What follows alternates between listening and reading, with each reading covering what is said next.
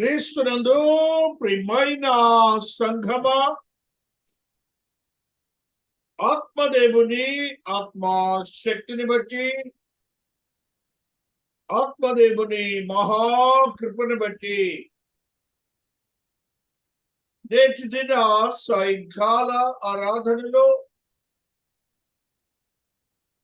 పరిశుద్ధ గ్రంథం నుంచి కొన్ని సత్యములను మనము ధ్యానించుకొని మన ఆత్మీయతను బలపరుచుకొని పరిశుద్ధతను అత్యంత పరిశుద్ధతలోనికి నడిపించుకొని మనము నిత్య జీవమునకు వారసులవ్వాలని మన ఆత్మీయతను స్థిరపరచుకుందాం.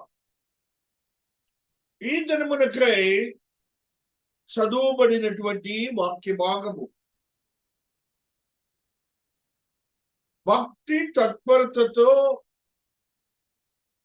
భక్తి జీవితంలో జీవించినటువంటి కుటుంబములలో ఉన్నటువంటి వ్యక్తులకు సంబంధించినటువంటి సంఘటన. దేవుని యందు భక్తితో జీవిస్తున్నటువంటి కుటుంబములలో ఉన్న ఒక సంఘటనను ఈ దినమున మనము ధ్యానిస్తున్నాం. తద్వారా అందులో ఉన్న లోపమును, అందులో ఉన్న ఆత్మీయతతో కూడిన శక్తి మనము గ్రహించి అట్టి లోపములు మన భక్తి జీవితంలో లేకుండా ఉండి ఆయనకు అత్యంత సమీపస్తులుగా మనం అవ్వాలని మహాదేవుడు మనకి ఇట్టి గ్రంథాన్ని ఇచ్చారు. చదవబడినటువంటి వాక్య భాగములో ఒక వ్యక్తి యొక్క కుటుంబంలో ఏర్పడిన భక్తిహీనతను గురించి అనగా భక్తి పరులే ఆ కుటుంబంలో. అయితే అందులో అటువంటి భక్తి హీనత అనగా హీనము అనగా బలహీన పడుట, దేవునికి దూరస్తులవుట, వారి యొక్క క్రమము దేవునితో దూరమై దేవునికి విరోధులుగా మారుట. దేవుని సన్నిధిలో జీవిస్తున్న మనమందరం కూడా ఈ క్షణాన్ని గుర్తుంచుకోవాలి. అటువంటి భక్తిహీనతకు కారణమైన కుటుంబములో పాపము ప్రజ్వలింపబడి ఉన్నది. దేవునికి అయిష్టమైన జీవితము ఆ కుటుంబంలో ప్రజ్వలింపబడి ఉన్నది. తన మన అనే భేదము లేకుండా అతి పాపములో స్థిరపరచబడి ఉన్నారు. అంత మాత్రమే కాకుండా వావి వరసలు లేనటువంటి స్థితిగతులు కూడా ఆ కుటుంబాల్లోనే కాక ఆ యొక్క గ్రామంలో ఉన్నటువంటి పట్టణంలో ఉన్న మనుషులందరూ దేవునికి విరోధులుగా మార్చబడి ఉన్నారు. ఉగ్రతకు కారణమైనటువంటి వారిగా ఉంటున్నారు. జాగ్రత్తగా ఉన్నారు. ప్రేమించి ఆశీర్వదించే దేవుడు, అదే దేవుడు మన భక్తిహీనతను చూచినప్పుడు మనపై ఉగ్రతను కూడా చూపించే దేవుడు. మన భక్తిహీనత ఉన్నప్పుడు మనలో పశ్చాత్తాపము చెంది మనకు మనముగా ప్రార్థించినప్పుడు మనలను ఆశీర్వదించి అట్టి ఉగ్రత నుంచి తప్పించే దేవుడు. అదే రీతిగా మన పక్షమున ఒకరు విజ్ఞాపన ప్రార్థన చేసినప్పుడు అట్టి ప్రార్థనను కూడా దేవుడు గుర్తించి ఆ ఉగ్రతకు సంబంధించిన క్రియను ఆయన దూరపరిచే దేవుడని గుర్తించాలి అందరూ. మహాదేవునికి మనుష్యునికి ఉన్న సంబంధాలని మనం గ్రహించి మన జీవితాల్ని, మన భక్తి తత్పరతను కొనసాగించాలని ఈ దినమునకై ఆత్మదేవుడు కొన్ని సత్యాలను చెప్తున్నారు. ఈ దినమున చదివినటువంటి వాక్య భాగం చూచినప్పుడు దేవునికి మనుష్యునికి ఉన్న సంబంధాలలో భక్తిహీనతకు సంబంధించిన స్థితి, ప్రార్థన జీవితమునకు సంబంధించిన స్థితి, ఆ రెండిటిని మనము ఆ సంఘటనలో చూస్తాం. కాబట్టి మన జీవితాల్లో అది ఎప్పుడో ఆది కాండంలో జరిగింది, వారికే అది అనుకోకండి. అదే దేవుని మనం ఆరాధిస్తున్నాం, అదే దేవుని యొక్క ప్రేమను పొందుకొని మనము ఈ లోకంలో ఆశీర్వాదాలు పొందుకుంటున్నాం. అదే దేవుని యొక్క స్థితులు, మనము ఉగ్రతలు మనం చూస్తూ ఉన్నాం. మనము చూస్తున్నటువంటి, మనము అనుభవిస్తున్నటువంటి ఈ వాతావరణ కాలుష్యము, మనము అనుభవిస్తున్నటువంటి ఇబ్బందికరమైన పరిస్థితులు వాతావరణంలో, సృష్టి క్రమంలో ఉన్న దానికి సంబంధించిన క్రియలన్నీ కూడాను విరోధముగా ఉండి మానవుని నైతిక దైనందిక జీవితమునకు ఇబ్బందిగా కలుగజేస్తున్న స్థితిలో మనము గ్రహించినప్పుడు అది దేవుని ఉగ్రతకు కారణమని గ్రహించి, అది ఈ సంఘటన ద్వారా మనము యోచించాలి. ఈ సంఘటనలో ఒక పట్టణాన్ని నాశనం చేయాలనుకున్నారు దేవాతి దేవుడు. ఆయన నిర్ణయించుకున్నారు వారి యొక్క భక్తిహీనతను చూసి. అయితే అట్టి స్థితి జరుగుతుందని ఒక భక్తునికి తెలిసింది. ఆ భక్తుడేమో దేవుని ప్రార్థిస్తున్నాడు, అయ్యా క్షమించండి అయ్యా వారిని అని భక్తుడు దేవాతి దేవుడిని ప్రార్థిస్తున్నాడు. ఎంతమంది ఉంటే నీతిమంతులు లేను ఆ పట్టణాన్ని నాశనం చేయను, ఎంతమంది ఉంటే ఆ పట్టణాన్ని నాశనం చేయనని ఇద్దరు కూడా ఆ ప్రార్థనలో కాన్వర్సేషన్ కూడా జరుగుతుంది. సున్నితమైన మాటలు, ఇదేదో కథలుగా మీరు తీసుకోవద్దండి. మహాదేవునికి మనకున్న సంబంధాలు, ప్రేమలు, కృపను గురించి దేవుడు ఇద్దరు మాట్లాడుతున్నాడు. కాబట్టి ఒక వ్యక్తి ప్రార్థన దేవుడు వింటారని, ఆ ప్రార్థనలో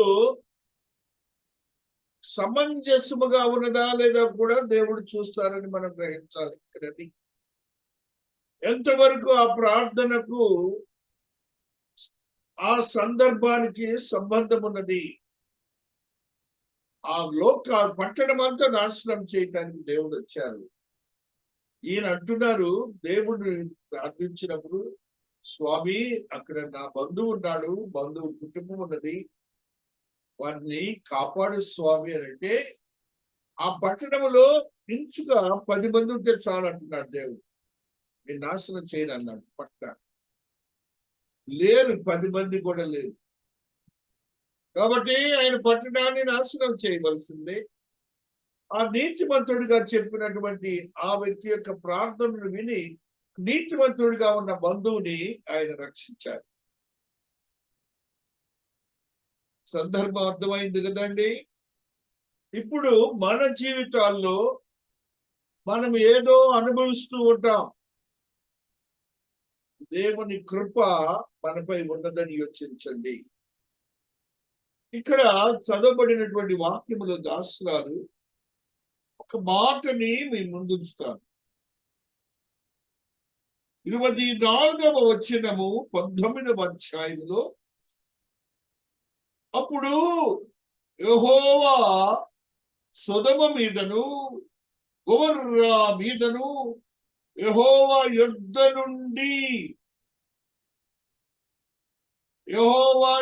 నుండి గంధకమును అగ్నిని ఆకాశము నుండి కురిపించి,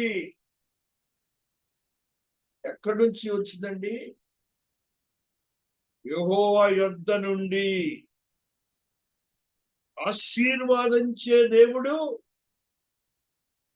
ఆయన ఉగ్రతను ఆ గంధకము, కెమిస్ట్రీ స్టూడెంట్స్ తెలిసింది, గంధకము యొక్క ఆ వేడి, గంధకము యొక్క స్థితి ఆ ల్యాబ్ లో చూస్తుంటారు. ఇక్కడ దేవుని సన్నిధి నుంచి పడుతుందండి వర్షం లాగా, కురిపించను దేవుని యొద్ద నుండి. అనగా ఇప్పుడు దేవుని యొక్క సృష్టి క్రమములో మానవుని పాపానికి ఆయన సృష్టిని వాడి వారికి పశ్చాత్తాప కొరకు ప్రయత్నం చేస్తాడు.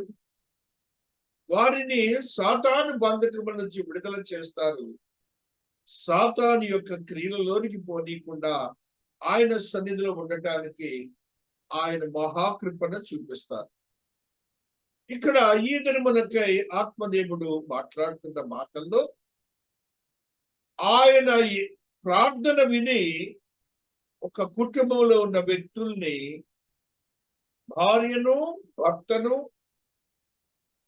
ఆ యొక్క ఇరువురు కుమార్తెలను దేవుడు ప్రేమించి ప్రార్థన విని, వారిని నీతిమంతుని ప్రార్థన విని వారిని కాపాడటానికి ఆ పట్టణం నుండి వెలుపలకు తీసుకొని వస్తారు. దేవుడే స్వయంగా పట్టుకొని తీసుకొని వస్తారండి. ఆ వెలుపలకు తీసుకొని వచ్చినప్పుడు ఇక ఆయన ఉగ్రతను ఆ పట్టణాలలో మీరు చూస్తున్నారు. ఆ పట్టణంలో చూస్తున్నప్పుడు భక్తి గల లోతు యొక్క కుటుంబములో భక్తిహీనతలో జీవించినటువంటి ఆయన భార్య తన పాత జీవితం వరకు, పాత జీవితముపై మక్కువ కలిగి ఆ ఉగ్రత ఎలాగుందో చూస్తూ ఉన్నది. మనం గ్రహించాల్సింది ఏంటంటే, దేవునితో, దేవుని సన్నిధిలో, దేవుని వాక్యానుసారం జీవించే వారము మరలా మన సొంత తెలుగులు అక్కడ ఉపయోగించవద్దండి. అక్కడ ఫెయిత్, విశ్వాసము, దేవునిపై దృఢమైన నమ్మకము మనకు ఉండాలి. తన భర్త చూడట్లేదు, ఆ హస్తాలు పట్టుకొని ఉన్నారు దేవదూతలు. ఈమెకి ఎందుకు వెనక్కి చూడాల్సిన ఆవశ్యకత ఏమున్నది? కాబట్టి మన జీవితాల్లో ఇలాంటి పరిస్థితులు ఎక్కువ అవుతున్నాయండి. దేవునితో ఉంటాం, భక్తిహీనతలో ఒక భాగం ఏంటంటే మన స్వంత ఆలోచనలు. నమ్మటమే. ఇక లోతు నమ్మాడు, వెనక్కి తిరగలేదు. కుమార్తెలు నమ్మారు, వెనక్కి తిరగలేదు. భార్య వెనుకకు తిరిగి ఎందుకు సొంత జ్ఞానం? మరలా దేవుని హస్తముల్లో ఉండి నీకెందుకు? మనము దేవునితో ఉండేవాళ్ళము. మనము ఆయనను నమ్మటానికి మనకున్నటువంటి మనస్సుల్ని స్థిరపరచుకోవాలని మహాదేవుడు మాట్లాడుతున్నారు. మన కుటుంబాల్లో, మన బిడ్డల విషయంలో తరచూ వస్తుంటాయి. మనకు అయ్యేగా మన సందర్భాలు. అంతకంటే మన కుటుంబాల్లో మనకేమి లేవు. ఇక్కడ కూడా అంతే, ఆ కుటుంబంలోనే ఏర్పడింది సందర్భం, ప్రజ్వలింపబడినటువంటి పాపం. దేవుడు ఈ దినాన మనతో అందరితో మాట్లాడుతున్నాడు. భక్తిహీనత అనేది మీ జీవితాల్లో లేకుండా మీ దృఢమైన విశ్వాసాన్ని కలిగి ఉండి అంతము వరకు ఆయన ఆజ్ఞానుసారం జీవించడానికి మీ యొక్క మనస్సులను స్వంత జ్ఞానమును పెట్టి జీవించకండి. ఆయన వాక్య మధ్యలో ఇప్పుడు మనకు జరుగుతున్నది అది. అతి అనే తెలుగు వర్డ్ ఉంది. ఈ అతి ఏం చేస్తుందంటే, ఆ లోతు కుటుంబంలో లాగానే సందర్భాలు జరుగుతున్నాయి. మరలా ప్రాకులాడుతున్నాం, మరలా వేదనతో ఉంటున్నాం. వద్దండి, ఆయన మీద ఆధారపడదాం, ఇక అంతే అయిపోయింది. ఒక క్రమాన్ని దేవుడు ఏర్పాటు చేశారు. ఆ క్రమంలోనికే మనం వెళ్దాం. భక్తిహీనతను మన జీవితాల్లో ఉంటే తొలగించుకుందాం. పర్ఫెక్ట్ ఫెయిత్ అనే దానిని మన జీవితాల్లో కొనసాగించుకుందాం. అలాగనే మనకున్నటువంటి స్వంత జ్ఞానం ఉందిలే, ఆ జ్ఞానము లోకరీతిగా ఉన్న జ్ఞానము, పరిస్థితులు మన భక్తికి మాత్రం అడ్డు పెట్టకండి. దానికి ఇవ్వవలసిన ప్రాధాన్యత అంతే ఇవ్వండి. నీకున్నటువంటి ఆత్మీయతకి ఇవ్వాల్సిన ప్రాధాన్యతను అంతే ఇవ్వండి. మనలో లోకరీతిగా ఉన్నటువంటి పరిస్థితులు మాత్రం దీనికి గుడి వేయకండి. వీళ్ళు అంతే చేశారు. వాళ్ళ యొక్క బంధువైన భక్తిపరుడైనటువంటి బంధువు ప్రార్థన దేవుడి విని వాళ్ళని ఆశీర్వదిస్తే, అందులో కూడా ఆశీర్వాదంలో కూడా మన సొంత జ్ఞానంతో ఆ స్త్రీ వెనుకకు తిరిగి చూచినప్పుడు దేవుడు ఏం చేశారంటే చూడండి, అయితే లోతు భార్య అతని వెనుక నుండి తిరిగి చూచి ఉప్పు స్తంభమాయను. అయితే అంటే మిగతా వాళ్ళు బాగానే ఉన్నారని అర్థం. ఈవిడ మాత్రము వెనుకకు తిరిగిందట, ఉప్పు స్తంభమాయను అంటున్నాడు.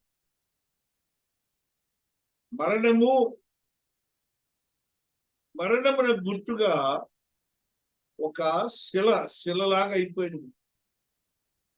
ఇవాళ కూడా అక్కడ ఉంటుంది ఇస్రాయేల్ దేశంలో.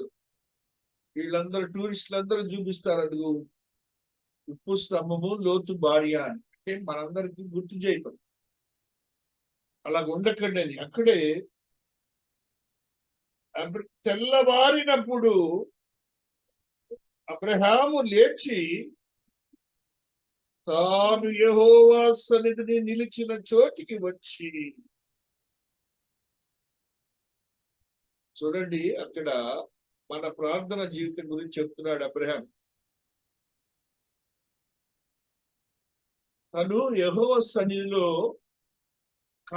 ప్రార్థన కాన్వర్సేషన్ లో జరిగిన స్థలం చూశారు. అక్కడికి వచ్చాడంటండి ఆయన. అక్కడికి వచ్చి సొదొమ గొమొర్రాల తట్టును, ఆ మైదానం ప్రదేశము యావత్తును చూడగా, అదిగో ఆ ప్రదేశము పొగ ఆవము పొగవలే లేచుచుండెను. దేవుడు ఆ మైదాన పట్టణములను పాడు చేసినప్పుడు దేవుడు అబ్రహామును జ్ఞాపకం చేసుకుని లోతు కాపురమున్న పట్టణములను నాశనం చేసినప్పుడు ఆ నాశనం మధ్యన లోతు నశించకుండా అతన్ని, అది ప్రార్థన బలం అదండి. నీతిమంతుని ప్రార్థనకు బలం అదండి. దేవుడు ఏం చేశారంటే చూడండి, దేవుడు అబ్రహామును జ్ఞాపకము చేసుకొని, మనం విజ్ఞాపన ప్రార్థన చేస్తుంటాం చూసారండి, నీ ప్రార్థనను నిన్ను కూడా జ్ఞాపకం చేసుకుంటాడు. అందుకనే భక్తులైన వారు చెప్తారు, ప్రార్థన చేసేటప్పుడట, జడ్సులని నేను శ్వాసని స్వామి, నేను ప్రార్థించుకుంటున్నాను నాయన అని మన పేరు నామన్ క్లేచర్ చెప్పాలంట ఆయనకి. దానియేలు అలాగనే చేశాడంట, భక్తులైన వారందరూ అలాగనే చేశారట.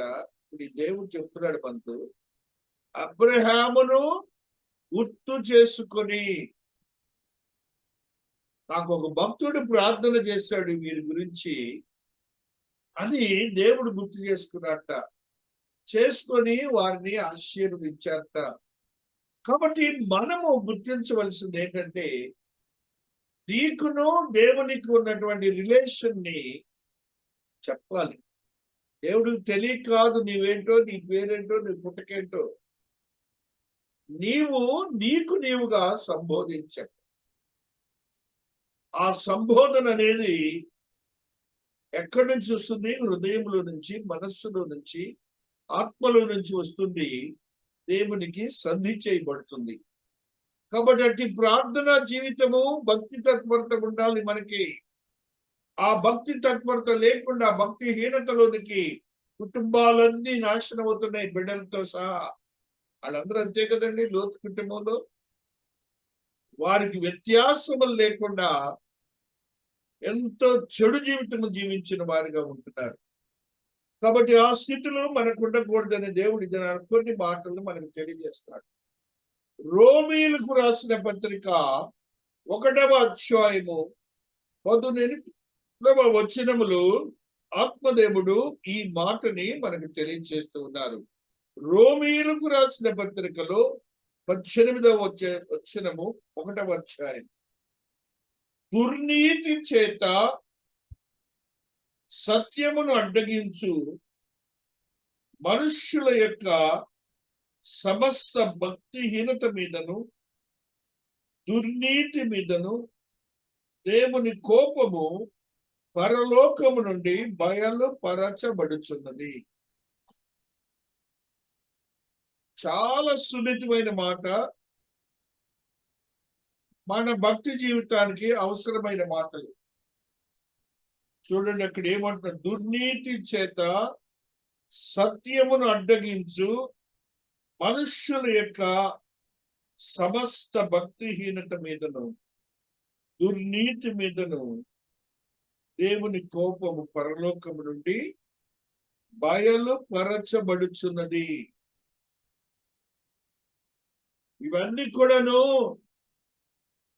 ఏదోలే అనే భావన ప్రక్కన పెట్టాలి. మనం ఈ సత్యాలు తెలిసినప్పుడు మనము దేవుడు చెప్తున్న దుర్నీతి చేత సత్యమును అడ్డగించు. నీతి ఆపోజిట్ వర్డ్ వచ్చి దుర్నీతి. అంటే దేవుని యందు భయభక్తులు కలిగి జీవించే వారిని నీతిమంతులు అంటారు. అనగా దేవుని యందు భయభక్తులు లేక తగ్గిపోతుంటుంది. వాటికి ప్రక్కన పెడదాంలే, ఆ వ్యక్తి దాన్ని భక్తిహీనత అంటారు. ఆ భక్తిహీనతను చేత ఏమవుతుందట, సత్యము అనగా వాక్యానుసారమైన జీవితానికి అడ్డుపడుతూ ఉంటుంది మన జీవితం. కాబట్టి మనకు తెలియకుండానే ఇవన్నీ మన జీవితాల్లో నడుస్తుంటాయి. అందుకని దేవుడు అట్లా చూడండి, దేవుని కోపము పరలోకము నుండి బయలుపరచబడుచున్నది. చాలా జాగ్రత్తగా వినాలి మనము, చాలా జాగ్రత్తగా ఉండాలి. పరలోకము నుండి బయలుపరచబడుతుంది. కాబట్టి ఇప్పుడు మనం అనుకుంటాం ఏదో జరిగింది అనుకుంటుంటాం, అలా కాదండి. అవి మన జీవితంలో, మన భక్తిలో ఏదో ఒక డిగ్రీస్ తగ్గిపోతుందని అర్థం. అది మనం గ్రహించుకోవాలి. అది దాని యొక్క ఇన్ఫ్లుయెన్స్ కుటుంబాల్లో జరుగుతున్నట్టు మన మీద, మన బిడ్డల మీద జరుగుతూనే ఉంటుంది. ఆ జరుగుతున్నప్పుడు మనం పశ్చాత్తాపంతో అబ్రహాం భక్తుడు ప్రార్థన చేశాడే, ఆయనలాగా నీ యాజకుని ద్వారా, నీ స్నేహితుల ద్వారా, నీ సహవాసుల ద్వారా ఆ ప్రార్థనలో, ఆ కూడికలో మనం ఉండాలి. మహాదేవుడు ప్రార్థనలు తప్పక వింటారు, తప్పక వింటారు. దాంట్లో డౌటే లేదు. I'm sure of it. ఈ సందర్భంలో ఒకటి గుర్తుకొస్తుంది నాకు. ఇక్కడ చూడండి జరిగిన సమాధానం ఎలాగొచ్చింది. ఇక్కడ నుంచి ఆకాశ మహాకాశం దేవాధిపతులు వచ్చారు.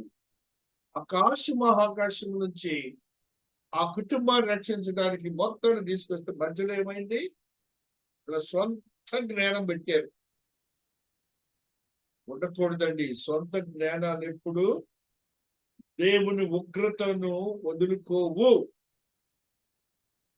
మనము ఆయన పైనే ఆధారపడి ఉండాలి. మరలా ఆయనకు మనకి అంత దేవునికి సమాధానం చెప్పగల స్థితి ఉందండి మనకు అసలు, సృష్టికర్తకి. చూడండి మరి యొక్క మాట అదే రోమాలో 11:26 ఒక మాటను చదువుకుందాం. 11:26 వచనాన్ని మనం ఈ రీతిగా చదువుకుంటూ వస్తున్నాం. హల్లెలూయా. వారు ప్రవేశించినప్పుడు విమోచకుడు సియోనులో నుండి వచ్చి యాకోబులో నుండి భక్తిహీనతను తొలగించును. నేను వారి పాపములను పరిహరించినప్పుడు నా వలన వారికి కలుగు నిబంధన ఇదే అని వ్రాయబడినట్టు ఇశ్రాయేలు జనులందరూ రక్షింపబడుదురు. కాబట్టి ఇశ్రాయేలు సంతతి ఉంది చూశారు, వారి గురించి మనకు ఒక ఉదాహరణగా చెప్తున్నాడు దేవుడు. ఆ ఉదాహరణలో భావమే పాపము, భక్తిహీనత. ఈ రెండిటిని మనం గమనించాలి. ఇవి మన జీవితాల్లో మనం ఏదో చదువుకొని ఉంటాం చిన్నప్పుడు అకాడమిక్ లెవెల్స్ లో. అది లోకములో బ్రతకడానికి, కానీ దేవుని జ్ఞానమునకు ఫిట్టింగ్ కాదండి. అది దేవుని జ్ఞానానికి ఫిట్టింగ్ కాదు. లోకంలో నువ్వు బ్రతకడానికే ఆ చదువులు. డిగ్రీలు రాసి బోర్డులు పెట్టుకునేవారు పూర్వం. అవంతా వృధా అండి. మన యొక్క నీతి, దేవుడు మన భక్తిని చూస్తాడు, మన భక్తిహీనతను బట్టి పనిష్మెంట్ ఇస్తాడు. ఒక సత్యాన్ని చదువుదాం.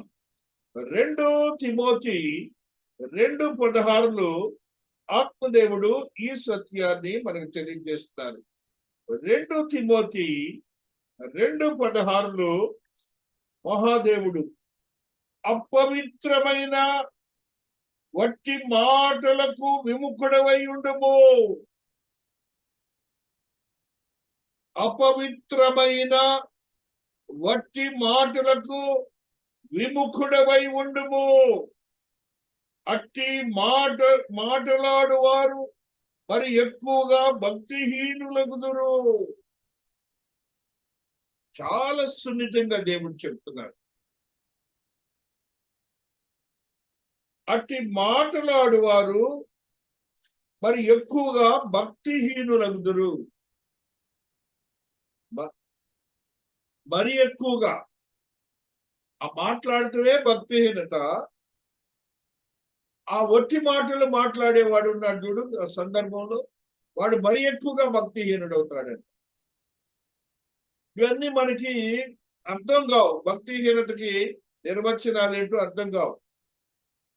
మనం భక్తి పనులు అనుకుంటాం, లోకంలో అది పెద్ద జ్ఞానం అనుకుంటాం.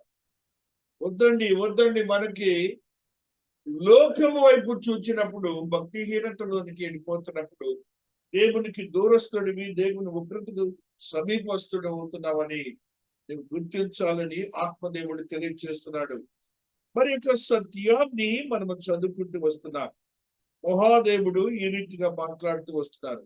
హెబ్రీయులకు రాసిన పత్రిక 11వ అధ్యాయము 5వ వచనములో ఆత్మదేవుడు మాట్లాడుతున్నారు. విశ్వాసమును బట్టి హనోకు మరణము చూడకుండానట్లు కొనిపోబడిను. అతడు కొనిపోబడక మునుపు దేవునికి ఇష్టడై ఉండినని సాక్ష్యం పొందెను. కాగా దేవుడు అతని కొనిపోయిన గనక అతడు కనపడలేదు. ఈ సందర్భాన్ని బట్టి మనం గ్రహించాల్సింది ఏంటి? ఈ హనోక్ అనే ఆయన 365 సంవత్సరములు దేవునితో నడిచాడటండి. ఏ ఒక్క రోజు కూడా దేవునికి దూరస్తుడు కాలేదు. ఈ హనోకుని గుర్తు చేస్తున్నాడు. ఇష్టుడైపోయాడంట దేవునికి. అనగా భక్తిహీనతకు దేవునికి ఇష్టడుగా ఉండవు. నీ నీతి దూరపరిచినప్పుడు దేవునికి ఇష్టడుగా ఉండవు. పాపములోనికి వెళ్ళిపోతావు, మరి ఎక్కువ భక్తిహీనతలోనికి వెళ్తావు అని దేవుడు గుర్తు చేస్తున్నాడు. మనం ఎందుకు ఇవన్నీ తెచ్చుకొని ఇంత భక్తి పరులమని మనం దేవునికి స్పష్టతతో నిబంధన ముద్ర వేసిన వాడం. అన్ని తెలుసుండే మనం పొరపాట్లు చేస్తుంటాం. వాక్యం చెప్తుంది ఇది నాన్న. మరింత సత్యాన్ని చదువుకుందాం. అపొస్తలుల కార్యములు 7వ అధ్యాయము 16వ వచనమును మనము చదువుకుంటూ వస్తున్నాం. 7:16లో ఆత్మదేవుడు శెకెములోని హెబోరు కుమారుని యొద్ద అబ్రహాము వెలయించుకొనిన సమాధిలో ఉంచబడిరి. అయితే దేవుడు అబ్రహామును అనుగ్రహించిన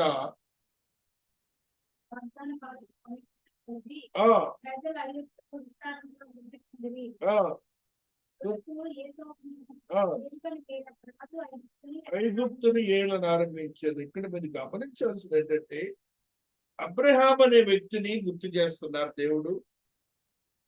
యేషోబు అనే వ్యక్తిని గుర్తు చేస్తున్నారు. యేషోబు ఒక్క నిమిషం కూడా దేవుడిని వదిలిపెట్టలేదు. అబ్రహాము నమ్మిన రోజు నుంచి ఒక్క నిమిషం కూడా వదిలిపెట్టలేదు. చాలా సున్నితమైన మాట. ఆ యేషోబు అనే ఆయనేమో దేవుని ఎరుగని ప్రజలతో జీవిస్తూ దేవుడిని వదిలిపెట్టారు. అబ్రహాం అనే ఆయనేమో ఆయన లోకరీతిగా ఉన్న దేవతలను ఆరాధించాడు. వాటిని వదలని దగ్గర నుంచి కూడా మరలా అటువైపు చూడకుండా ఈయన వైపే దృఢ విశ్వాసంతో ఉన్నాడు. అనగా వారి భక్తి చూడండి. ఇలాంటి సందర్భాలు మనకు ఏర్పడినా మనం బలహీన పడకూడదు. మన బలహీనతను దేవునికి తెలియజేయద్దు. భక్తిహీనతను వస్తాయి. కానీ ఆ ఇరువురు వ్యక్తులు చూడండి మీరు ఎలాంటి వ్యక్తులు. స్ట్రాంగ్ గా ఉన్నారు. కానీ సందర్భాలు వచ్చినప్పుడు కానీలే సరేలే ఇవన్నీ ఈ డినామినేషన్స్ వచ్చేటప్పటికి మనల్ని బలహీనపరిచే మాటలతో అంత అంత లేదులేండి అంటాడు ఇంకో పాత్రి. లేదండి. ఫండమెంటలిజం ప్రాథమికమైన స్థితులు ఇవన్నీ. భక్తి అనేది దానికి ఏమో ఇంచుకు అది ఇది ఏం పొల్లు లేవు, దీర్ఘాలు లేవు, ఒకటే ఒక మాట అంతే ఉండాలి. కానీ హెచ్చు తగ్గులు ఉండకూడదని అబ్రహాం చెప్తున్నాడు. అలాగనే ఈయన చెప్తున్నాడు. యేషోబు భక్తుడు చెప్తున్నాడు. యేషోబు అయితే ఏ బాల్యం నుంచి కూడా దేవునితో ఉన్నవాడు. అతను మరణించేంత వరకు కూడాను ఐగుప్తు దేశంలోని ఇతర దేవతలను ఆరాధించే జనంతో ఉన్నా కూడా పొరపాటును కూడా ఆ బిడ్డ కొలగలేదు. అబ్రహాం అయితే ఎదిగిన రోజు నుంచి మరణించేంత వరకు కూడా దృఢ విశ్వాసంతో ఉన్నాడు, భక్తితో ఉన్నాడని గమనించాలి. అక్కడే మరి యొక్క సత్యం గలేషియన్స్ లో 1:16లో ఆత్మదేవుడు ఈ సత్యాన్ని మనకు తెలియజేస్తాడు. గలతీయులకు రాసిన పత్రిక 1వ అధ్యాయం 16వ వచనములో మహాదేవుడు 6వ వచనములో మహాదేవుడు మాట్లాడుతున్నారు. 1:6 క్రీస్తు కృపను బట్టి మిమ్మల్ని పిలిచిన వారిని విడిచి భిన్నమైన స్వార్థ దగ్గరకు మీరింత త్వరగా తిరిగిపోవట చూడగా నాకు ఆశ్చర్యమగుచున్నది. అది మరి యొక్క స్వార్థ కాదు గాని క్రీస్తు స్వార్థను చెరపగోరి మిమ్మను కలవరపరచువారు కొందరున్నారు. మేము మీకు ప్రకటించిన స్వార్థ గాక మరి యొక్క సువార్తను మేమే పరలోకం నుండి వచ్చిన ఒక దూతయ్యను మీకు ప్రకటించినట్లా అతడు శాపగ్రస్తుడవును గాక. చాలా సున్నితంగా దేవుడు ఈ దినాన మాట్లాడుతున్నాడు. ఎందుకు చెప్పాడంటే ఈ డినామినేషన్స్ లో వాళ్ళు ఇట్లా చెప్పుకుంటారు, వీళ్ళు ఇట్లా చెప్పుకుంటారు. అది కాదు. వాక్యము ఏదైతే ఉన్నదో అదే అంటున్నాడు ఆయన. ఆ వాక్యంలో సత్యానుసారమే విశ్వాస జీవించాలి అంటున్నారు. ఆయన అంటున్న మాటలు చూడండి. మేము ప్రకటించిన సువార్త గాక మరి యొక్క సువార్తను మేమైనను పరలోకము నుండి వచ్చిన ఒక దూతైనను మీకు ప్రకటించిన అతడు శాపగ్రస్తుడవును గాక. ఇవన్నీ తెలిసినా కూడా సంఘాల్లో కాపర్లలాగానే ఉన్నారు, విశ్వాసులు కూడా అలాంటివే కోరుకుంటున్నారు. వద్దండి, మన భక్తి ఎలాగుండాలంటే తొణికిసలాడకుండా ఉండాలి. కంటిన్యూలీ అనగా తొణికిసలాడకుండా కొనసాగించబడాలి. ఆ స్థితిని కలిగి ఉన్నప్పుడు దాన్ని భక్తిహీనతలోనికి నీవు వెళ్ళవు అని దేవుడు మనతో ఈ దినాన మాట్లాడుతూ వస్తున్నారు. కాబట్టి మరొక సత్యాన్ని మనము గ్రహించినప్పుడు చూడు, యూదాలో 4వ వచనంలో భక్తుడైనటువంటి దాసుడు ఈ సత్యాన్ని మనకు తెలియజేస్తున్నారు. జూడ్లో ఉన్న ఈ యొక్క మాటని ఈ నుంచిగా చదువుకుంటూ వస్తున్నాం. యూదా పత్రిక అనేది ఒకటే ఒక అధ్యాయము. ప్రపంచము బైబిల్లో ఉన్న సత్యాలన్నీ అందులో ఉంటాయి. ఈ 4వ వచనాన్ని ఒకసారి చదువుకుందాం. ఏలైనగా కొందరు రహస్యముగా జొడబడి ఉన్నారు, వారు భక్తిహీనులై మన దేవుని కృపను అమాతురత్వమునకు దుర్వినియోగపరుచుతూ మన అద్వితీయ నాథుడును ప్రభువునైన యేసు క్రీస్తును విసర్జించుతున్నారు. ఈ తీర్పు పొందుటకు వారు పూర్వమందే సూచింపబడిన వారు. ఇప్పుడు ఇదేనండి నడుస్తున్నది. ఎప్పుడో రాశాడు దేవాతి దేవుడు. ఏంటంటే అది కొందరు రహస్యముగా జొరబడి ఉన్నారు. జొరబడుట అంటే మీ అందరికి తెలుసు, వారి యొక్క భావోద్రేకాలన్నీ విరోధంగా ఉంటాయి. కాబట్టి ఎలాగోలాగా అక్కడ చేరి వీళ్ళందరినీ చెడగొట్టడానికే కానీ భక్తికి కాదు అని. నెక్స్ట్ ఏమంటున్నాడు దేవుడు చూడండి, వారు భక్తిహీనులై మన దేవుని కృపను కామాతురత్వమునకు, దేవుని కృపను కామ ఆతృత. ఇక్కడ ఏంటంటే విగ్రహాలను ఆరాధించే ఆ వ్యభిచారములకు సంబంధించిన ఆతృతను చూశారు, కామములకు అట్లాంటిదంటే అది. దానికి అనగా వాక్యానుసారము జీవించినటువంటి స్థితికి ఆ మిగతా సహచారులందరినీ లాక్కొని పోతారంట జ్వరబడి. ఇక్కడ అంటున్నాడు చూడండి, మన అద్వితీయ నాథుడును ప్రభు అయిన యేసు క్రీస్తును విసర్జించుతున్నాడు. అద్వితీయ నాథుడు, అద్వితీయ అంటే మనకు తెలుసు కదా, రెండవ వాడు లేడు. నాథుడు అంటే భర్త, దేవుడు, ఒక యజమానుడు, రాజు, ఇన్ని పదాలు ఉన్నాయి. అందుకని ఇక్కడ ఆ పదాన్ని వాడటానికి కారణం ఏంటంటే మనకున్నటువంటి సంఘాలు ఆయన రక్తాన్ని బట్టి వచ్చినవే, ఆయన ఇచ్చినవే. ఇవన్నీ తెలుసుండి కూడా ఆయనను విసర్జించేటట్టుగా చేస్తారు. యేసుక్రీస్తు దేవుడు కదంటారు సంఘాలు. తెలుసా మీకు? అసలు ఎలాగ తయారయ్యారంటేనండి, దాన్ని బట్టి కొన్ని ఉదాహరణలు తీసుకొని చెప్తున్నారు. ఇక్కడ ఎందుకంటే ఆ మాట చెప్తున్నాడు, దేవుడేగా రాసింది గ్రంథం. మనం విమర్శలకు పోవద్దండి, వాక్యముకి ఉన్న భక్తిహీనతలోనికి వెళ్ళవద్దండి. ఆ భక్తిహీనులందరినీ దేవుడు పనిష్మెంట్ ఎలాగిస్తాడు ఇలా చెప్తున్నాడు చూడండి. అదే యూదాలో చూడండి, భక్తిహీనులకి నిర్వచనాలు చెప్తున్నాడు ఇక్కడ. 14వ వచనం, ఆదాము మొదలుకొని 7వ వాడైన హనోకు కూడా వీరిని గూర్చి ప్రవచించి ఇట్లా నేను ప్రవచించారంట. ఆదాము నుంచి హనోకు వీళ్ళందరినీ ఏమంటున్నాడు? ప్రవక్తలు అంటున్నాడు దేవుడు. ఆదామును కూడా ప్రవక్త అంటున్నాడు, హనోకును కూడా ప్రవక్త అంటున్నాడు. వాళ్ళందరూ ఎలాగ ప్రవచించారంట? ఆదాము చెప్పాట, హనోకు కూడా చెప్పాట. చూడండి ఏమని చెప్పారు వాళ్ళు. ఇదిగో, ఈ మాట కూడా తెలుగు మాట వినండి. ఇదిగో, గ్రామాల్లో పొలాల్లో తినప్పుడు దూరంగా ఉన్న వ్యక్తికి వినపడాలి అని అంటే ఆ ఇలాంటి సందర్భంతో కొన్ని అరుపులు అరుస్తారు.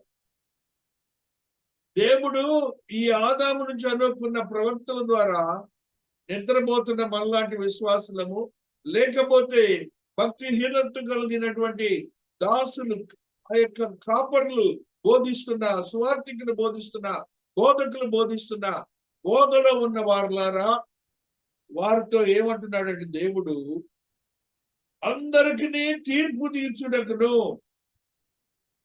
వారిలో భక్తిహీనులందరూ భక్తిహీనముగా చేసిన వారి భక్తిహీన క్రియలన్నిటిని గూర్చి, భక్తిహీనులైన పాపులు తనకు విరోధముగా చెప్పిన కఠినమైన మాటలన్నిటిని గూర్చి వారిని ఒప్పించుటకును ప్రభువు తన వేవేల పరిశుద్ధుల పరివారంతో వచ్చాడు. భక్తిహీనతకి ఏమైనా అంటించాడండి దేవుడు ఇక్కడ? భక్తిహీనముగా చేసిన భక్తిహీన క్రియలు, భక్తిహీన పాపములు. అంటే భక్తిహీనతకి క్రియలు, పాపములు ఇవన్నీ కూడాను మన దేవుని దృష్టిలో మనం చేస్తూనే ఉంటాం.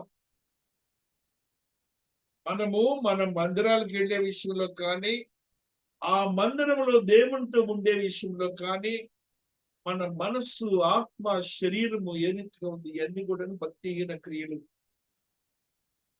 భక్తిహీన పాపములు.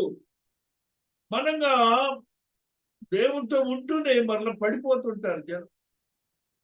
వద్దండి వద్దండి, వీళ్ళందరికీ రేపొద్దున తీర్పు, జడ్జిమెంట్ ఉందంటున్నాడు దేవాతి దేవుడు. దేవాతి దేవుడు ఆ జడ్జిమెంట్ చొప్పున చూడండి 16లో, వారు తమ దురాశల చొప్పున నడుచుచు. ఏంటండి? తమ దురాశల చొప్పున నడుచుచు. సొంత ఆలోచన దురాశ అంటున్నాడు దేవుడు. నడుచుచు లాభము నిమిత్తము మనుషులను కొనియాడుచు సడుగువారును తమ గతిని గూర్చి నిందించువారునై ఉన్నారు. వారి నోరు డంభమైన మాటలు పలుకు. డంభము అంటే డంభము, అతిశయము, అసలు దాన్ని మించిన పాపం ఇంకోట్లేదు. వాళ్ళ పొగుడుతుంటారు చాలా మంది. ఒకసారిట బిల్లీ గ్రహం గారు ప్రెసిడెంట్ ఆఫ్ అమెరికా ఇన్వైట్ చేశారట. అక్కడ ప్రసంగం చేశారట. ఆయన చేయగానే, ఆయన బిల్లీ గ్రహం గారు అంటే చెప్పే పని లేదు. ఆయన వాక్యం ఎలా ఉంటుంది? రాజ్య స్వార్థే, పిచ్చి మాటలే ఉండవు ఆయన స్వార్థలో. ప్రపంచమంతా తిరిగిన వ్యక్తి, ఏకైక వ్యక్తి ఆయన. అంటే అమెరికా ప్రెసిడెంట్ కూడా అనగానే ప్రెసిడెంట్ గారు అన్నారంట, బ్రహ్మాండంగా మెసేజ్ అన్నాడంట. జాగ్రత్తగా వినండి. డంబమైన మాటలు, పొగిడ్చే మాటల గురించి చెప్తున్నాడు. ఈయన అన్నట్ట, mister president, already one individual has appreciated me, that is Satan అన్నట్టు. సాతానుడు అన్నట్టు. అబ్బా మళ్ళీ చెప్పాడు అని అక్కడ ఆల్రెడీ సాతానుడు బలపించాడంట. మనకు ఇలాంటి మాటలు వస్తుంటాయి. దేవుని వాక్యాన్ని ఆయనగా చెప్పేది ఆయన్ని, మన కూడా అక్కడ ఈ మాటలతో దేవుడు మనల్ని బలహీనపరుస్తున్నాడు, సాతానుడు అనే స్థితిని తెలియజేస్తున్నాడు.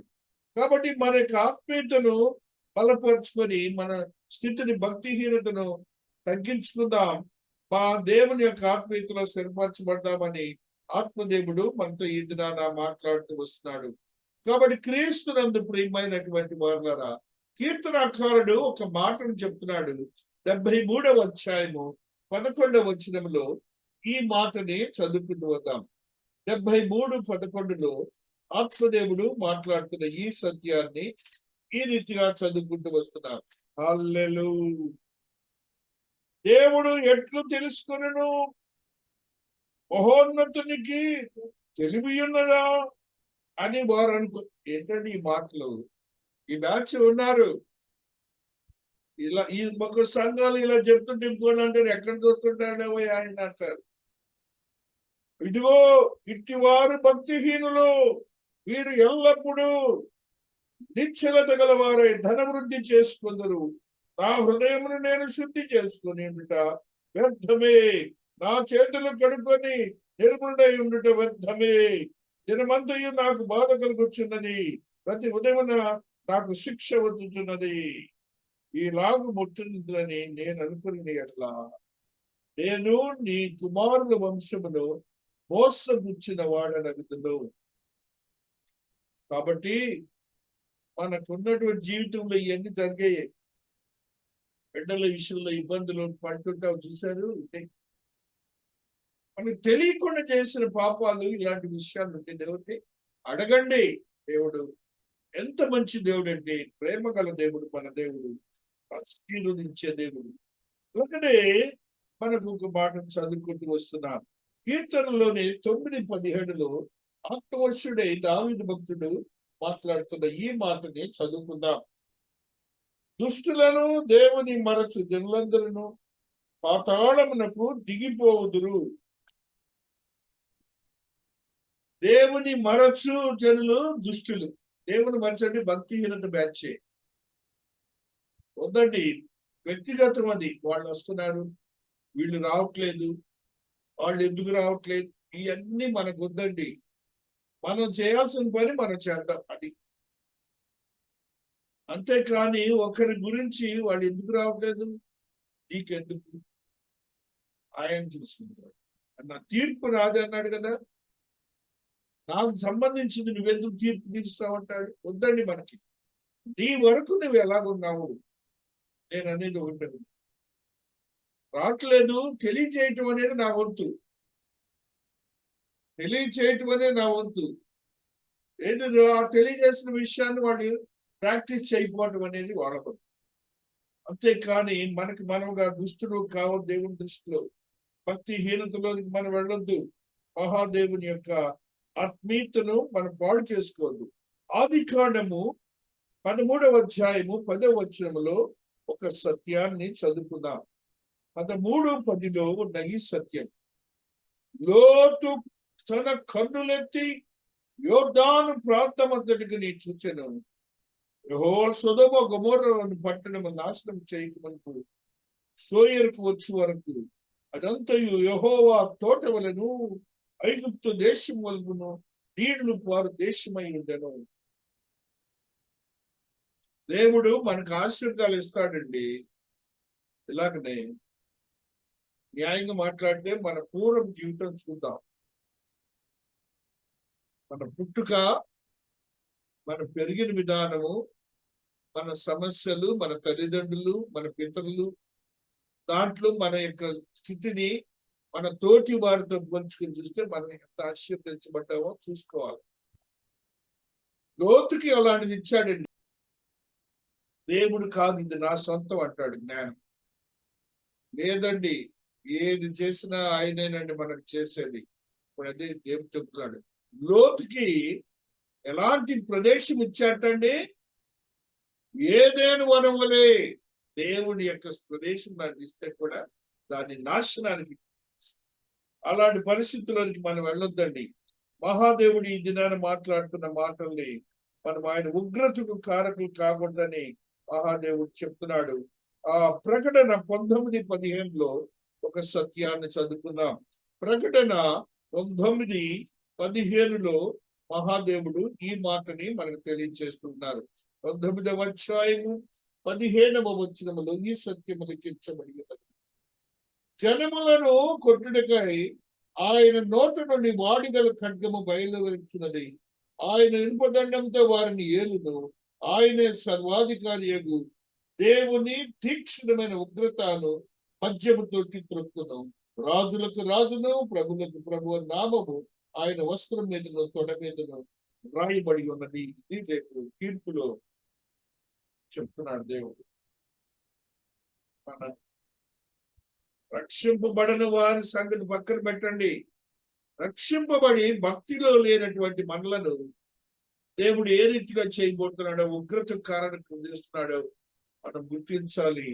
కొద్దిపాటి ఇలాంటి బలహీనతలు ఉంటే వాటిని మనం తగ్గించుకొని దేవుడికి అత్యంత సమీపవుతాం. మహాదేవుడు మంచి దేవుడు అండి. మన దేవుడు నిన్ను ప్రేమించి ఆయన సొత్తుగా చేసుకున్నాడు. రక్షణ భాగ్యాన్ని ఇచ్చాడు. ఆయన కుమారత్వాన్ని ఇచ్చాడు. ఆయన మహిమ స్వరూపాన్ని ఇచ్చాడు. ఆయనతో నిత్యము జీవించే యోగ్యతను కూడా ఇచ్చాడు. దాన్ని మనం కొనసాగించుకొని వాక్యానుసారం జీవించి భక్తిహీనత లేని జీవితాన్ని కలిగి ఉందాం. దేవునికి అత్యంత ఇష్టమైన బిడ్డలుగా అబ్రహాము, యేషోబుల వలె ఉండి, ఇంకనూ అనేకమైన భక్తులు ఉన్నారు, వారి వలె ఉండి మన జీవితాలను కొనసాగిద్దాం. దేవుడు ఈ పరిశుద్ధ వాక్యమును దీవించి ఆశీర్వదించునుగాక. ఆమేన్. ఆమేన్. ఆమేన్. కొనియాడతరమే